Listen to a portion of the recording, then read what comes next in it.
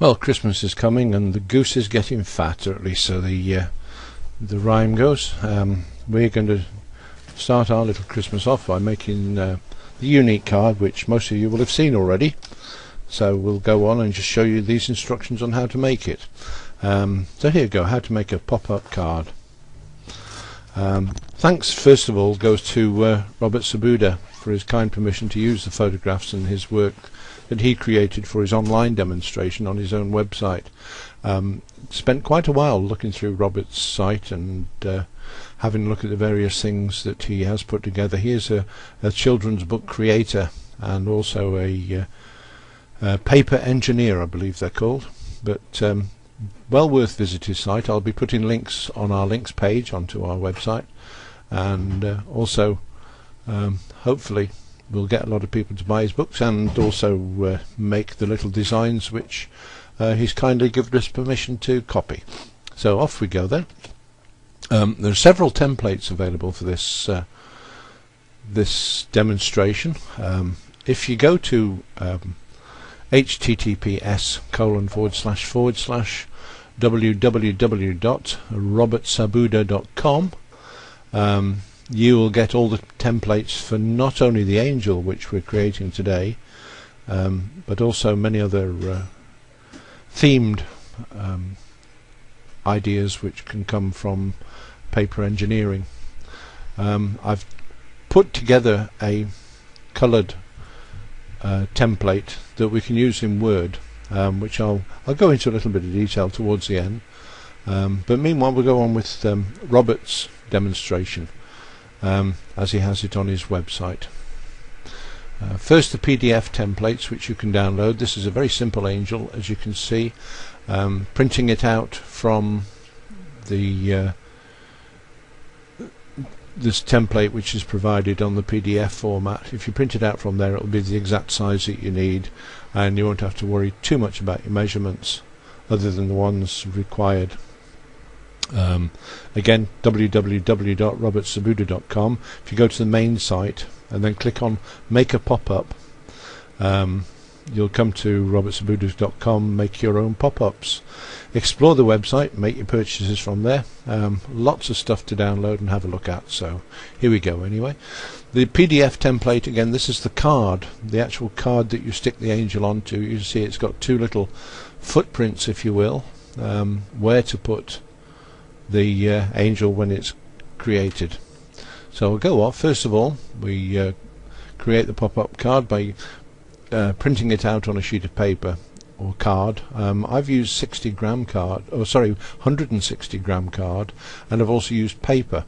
Combination's quite good, it's fairly robust. So using the ruler as a guide, take the rounded end of a paper clip or a ballpoint pen that's run out of ink and press along the dotted lines and crease it fairly well, because you're going to be putting folds in this. More so if you do a 160 gram card. A good press, make sure it is scored, and make sure it does bend reasonably easy once it's cut out. The same with the card, using the ruler as a guide, and take the rounded end of a paper clip or the ballpoint pen that's run out of ink and press along the dotted line in the centre of the card. Go all the way from top to bottom of the card. Don't just do the surface area where you want it. Do the whole lot. It's much easier. A single stroke with a good deal of pressure just to indent the card a bit. Carefully cut out the pop-up pieces. The one that I created, I actually used a small knife to cut out the shapes, but you have to bear in mind that these cards are designed for children's cut-out books, and we don't want them playing with knives at this stage. So using a pair of scissors for the younger people, if you're showing younger people how to do this, or if you're doing it yourself, very carefully with a sharp knife to cut out the desired shapes. Carefully cut the angel's card following the solid black lines. I will digress a little bit from this at the end of this demonstration. We'll do the official bit first, and I've designed my template so that I can actually use that angel in a commercial card as well. So a little bit of cheating going on here, maybe. So now you carefully cut out the angel's card following the solid black lines. Take a hold of the tab on the left hand side of the piece that has the angel's head. Right, now this is going to save you a lot of messing around later on by just following these simple instructions. Just where you've scored the little tab, fold it upwards towards the head at the back, and fold the tab again upwards and into the angel's body. Return the tab back to its original position. Take hold of the tab on the other piece, and the same again where you've scored that dotted line. Make sure you get a good solid crease, and then straighten it out again, making sure that it lies flat. Again, careful cutting around the angel's wings and around the angel's bodies it's worthwhile just taking that extra time, because it's going to be so much better afterwards. It's going to be so much neater. So here we are, we have the angel's body and the angel's wings. We take both pieces and position them as shown. The piece with the angel's head should be on top, and the wings of both pieces should be pointing backwards away from you. So look at this drawing again. If you download it from Robert's website, then you can compare notes and just make sure you get it right. They do slot into each other very, very simply, and I have the demonstration one which you can have a look at the end of this demonstration. So begin to combine the pieces. Intersect at the angel's hands should be coming towards you, and the wings should be pointing back away from you. You can't get it wrong really, because it'll look ridiculous, an angel without a head, if you do. Right up to step 13, the two pieces are combined, and they should look like this, with the angel's arms coming forward to you and the wings towards the back. Move on to now the piece of card which you've cut out, and remember we folded that along the whole width of the card to create a good solid crease. So now's the time to get the card and just bend it into the two halves, bend it in half, make sure it's a good sharp crease, then open it out flat again. Step 15 is applying the glue to the areas marked glue here. I cheated. I used a bit of double-sided adhesive. I found it was a bit less messy than glue, but the instructions say glue here, and that's what you must do on the original one. Take hold of the tab on the lower left position over the glue area and press it firmly into place. The more precise you can be at this point, the more professional pop-up you're going to get at the end. Just spend that moment or two, just position it, make sure it is right, get the two areas, the pads, the glue pads, to match. Hold it there for about 30 seconds or so just to make sure your glue's dried, and you can move on to do the other side. Lift the angel's dress on the right side just a little so you can get to the tab in the lower right. But again, careful positioning of the tab over the glued area. Press it firmly down and just hold it there just for a few seconds, just long enough for the glue to start to gel and become solid. Again, as I said, I cheated and I used a bit of double-sided tape, which is good for me. It did work, although I can see the reasons why perhaps you shouldn't. Never mind, we'll go on to something else. Here we are, the angel should now lay completely flat on the open card. Let the glue dry. Leave it an hour. Go and get a cup of tea or a cup of coffee and let it dry. The first one I made, I actually put a book on top of it just for the time it took just to dry the glue. So make sure it's good and solid. Slowly begin to close down the card. Help the angel fold downwards. Now, the first one I did, for some reason or other, the wings ended up sticking out through the top. I'd done it completely wrong, but never mind. Following the instructions as shown here makes it so much easier rather than trying to guess ahead. Slowly begin to close down the card. Help the angel fold down into position, and it comes down so the head is down towards the bottom of the card.